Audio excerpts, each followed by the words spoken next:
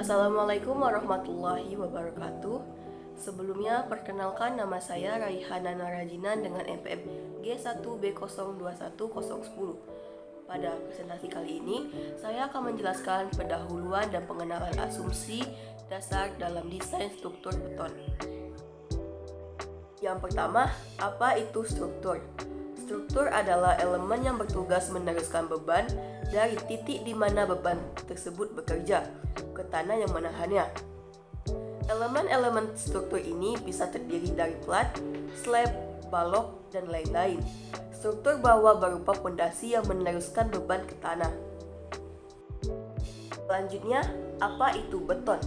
Beton berupa campuran antara semen atau material yang bersifat mengikat dengan agregat halus, agregat kasar yang diberikan air sebagai reaksi dari semen untuk membuat ikatan dengan proporsi tertentu untuk mendapatkan sifat mekanika tertentu. Selanjutnya, apa itu beton betulang? Beton betulang adalah beton yang diberikan pendulangan atau penguat berupa batang-batang baja. Kelebihan dalam struktur beton betulang: yang pertama, bersifat taktil agar struktur beton mampu menahan tegangan maupun tarikan. Yang kedua, mempunyai kelebihan fleksibel baik bentuk maupun dimensi ketahanan. Yang ketiga, beton bertulang relatif terhadap lingkungan yang agresif. Dan yang keempat, metode konstruksi relatif mudah. Kekurangan dalam struktur beton bertulang: yang pertama, waktu konstruksi relatif lebih lama. Yang kedua, bobotnya akan lebih berat. Yang ketiga, struktur lebih tinggi. Dan yang terakhir adalah cenderung getas jika tidak diberikan pendetailan yang baik. Istilah-istilah dasar: yang pertama, agregat. Agregat adalah bahan berbutir seperti pasir, kerikil, ataupun batu pecah yang digunakan dengan media perekat untuk menghasilkan beton. Selanjutnya, balok. Balok adalah komponen struktur yang diutamakannya menahan lentur, geser, tanpa gaya aksi atau torsi. Selanjutnya, beban. Beban adalah gaya atau aksi lain yang dihasilkan dari berat seluruh bangunan, penghuni, benda, lingkungan, pergerakan sebagian dari perubahan dimensi yang terkendali. Selanjutnya adalah beban hidup. Beban hidup adalah beban yang tidak tetap yang bekerja pada struktur tapi terjadi selama masa layan struktur. Struktur kolom adalah komponen struktur vertikal yang digunakan untuk memikul beban tekan aksial. Selanjutnya, kombinasi beban desain, kombinasi beban dan gaya depth factor. Selanjutnya, selimut beton yang disyaratkan, jarak antara permukaan terluar tulangan yang tertahan dan permukaan luar terdekat beton yang ditunjukkan dalam dokumen kontrak. Selanjutnya, sekang. Sekang adalah tulangan yang digunakan untuk menahan tegangan geser dan torsi dalam komponen struktur. Selanjutnya adalah tulangan. Tulangan adalah elemen baja atau elemen yang ditanamkan dalam baja. Selanjutnya, kekuatan desain. Kekuatan nominal yang dikatakan dengan faktor radukan kekuatan Q. Selanjutnya, kekuatan nominal. Kekuatan komponen struktur atau penampang yang dihitung sesuai dengan ketentuan dan asuransi metode desain. Dan yang terakhir adalah kekuatan perlu. Kekuatan komponen struktur atau penampang yang diperlukan untuk menahan beban terfaktor atau momen dan gaya dalam struktur. Baiklah, perkenalkan nama saya Resya Ipuwanti, NPM G1B 1914. Di sini saya akan menjelaskan hipotesis dasar, yaitu beton polos terdiri atas susunan air, agregat, dan bahan tambahan. Kedua, beton segar dapat dibentuk, mempunyai kuat tekan tinggi. Selanjutnya, mempunyai kuat tarik yang sangat rendah. Perkuatan perlu diberikan pada bagian tarik elemen struktur beton. Selanjutnya, perkuatan tarik diberikan dalam bentuk pengulangan. Beton bersifat non-homogen dan heteropik. Kemudian diperlukan pendekatan khusus dalam analisis. Sifat non-homogen dikompensasikan dengan kemampuan dibentuk sesuai keinginan. Yang terakhir yaitu hasil akhir dapat menjadi struktur handal, kuat, dan mampu menjadi struktur utama.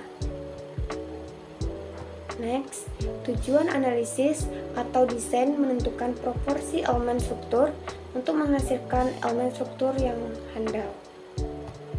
Di sini ada parameter yang harus ditinjau dalam menentukan elemen struktur, yaitu pertama, dimensi ketersediaan material, yang kedua yaitu menentukan metode konstruksi, yang ketiga, penopang struktur harus diterjal untuk dapat dianalisis, yang keempat yaitu desain dilakukan penyesuaian dari hasil penopang trial.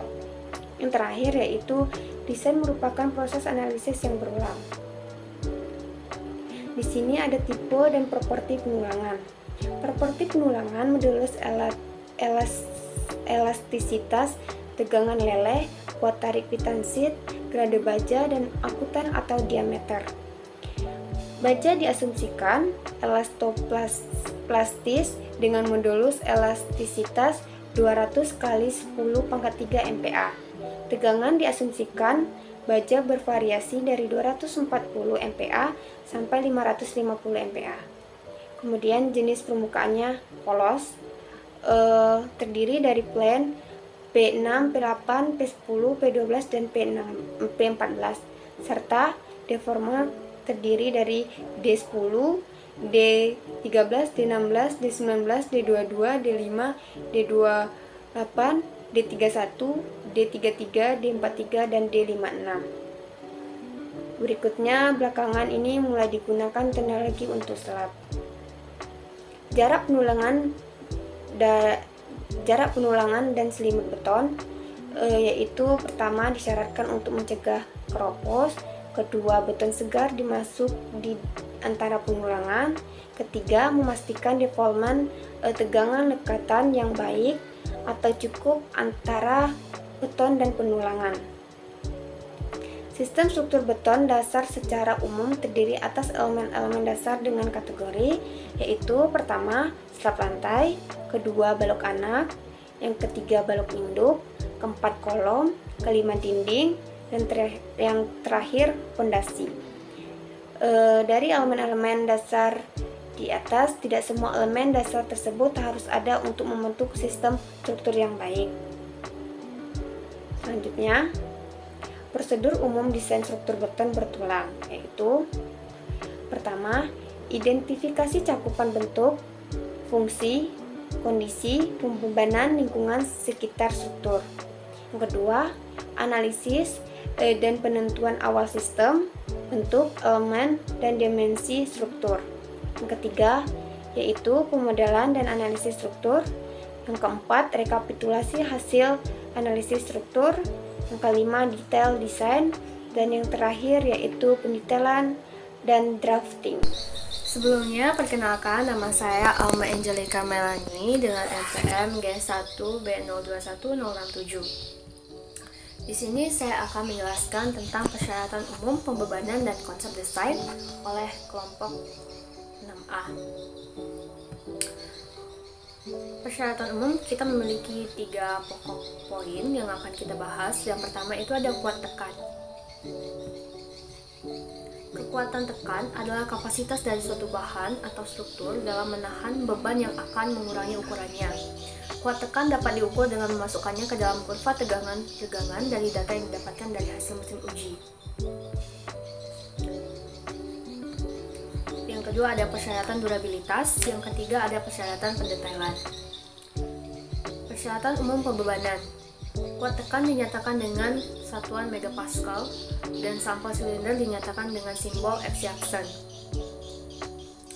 Dalam kuat tekan beton ada persyaratan nilai minimum di mana tergantung pada kegunaan. Jadi nanti ketika pengujian tekan itu ada berapa sih nilai minimum yang kita perlukan dalam membangun suatu gedung. Nah, itu tergantung kegunaan gedung itu untuk apa. Terus ada modulus elastisitas diperhitungkan untuk beton dengan berat antara 1.400 sampai 2.560 kg per meter pangkat 3. Untuk beton dengan berat ringan, modulus elastisitas sama dengan berat beton pangkat 1,5 dikali 0,043 dikali akar dari Fc aksen. Untuk beton dengan berat normal, modulus elastisitas sama dengan 4700 dikali akar dari Fc aksen. Persyaratan durabilitas. Persyaratan durabilitas harus dipenuhi untuk memastikan bahwa gedung kita memiliki umur yang cukup atau umur konstruksi yang cukup tanpa terjadi kerusakan. Persyaratan penulangan. Tulangan dan kawat non-prategang harus berulir, kecuali untuk tulangan spiral diperbolehkan polos. Kekuatan leleh tulangan dan kawat non-prategang harus ditentukan dengan mengikuti metode offset dan metode penghentian gaya. Untuk batang dan kawat non-prategang, tegangan di bawah Fy dan Ex dikalikan dengan tegangan baja.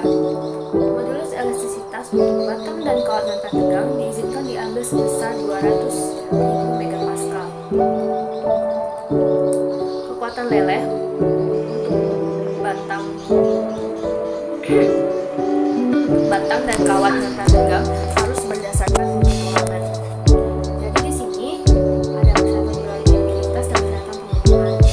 Ini harus dipenuhi agar nanti mencapai mutu kualitas beton yang kita inginkan.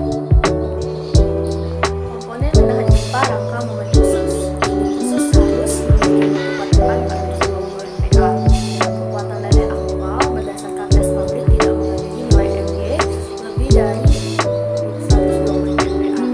Rasio dari kekuatan tarik aktual terhadap kekuatan leleh setidaknya sebesar 1,25. Panjangan minimal pada 200 mm harus bernilai sekurang-kurangnya 14% untuk batang dengan tulangan D10 sampai D11, 12% untuk D25 sampai D36, 10% untuk D43 dan D57.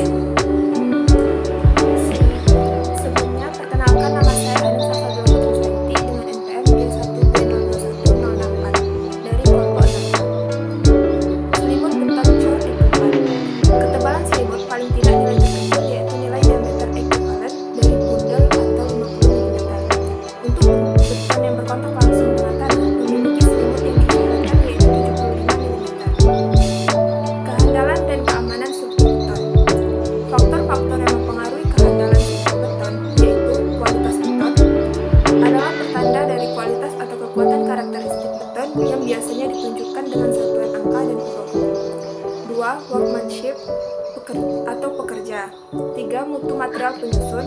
4. Besaran pembebanan yang terjadi. 5. Lingkungan. Dari faktor-faktor tersebut, ada kemungkinan tidak dapat memenuhi kondisi yang diinginkan. Dalam mendesain suatu struktur, wajib ada jaminan keamanan. Untuk mengkompensasikan kemungkinan tidak terpenuhinya, wajib diberikan sebuah faktor keamanan.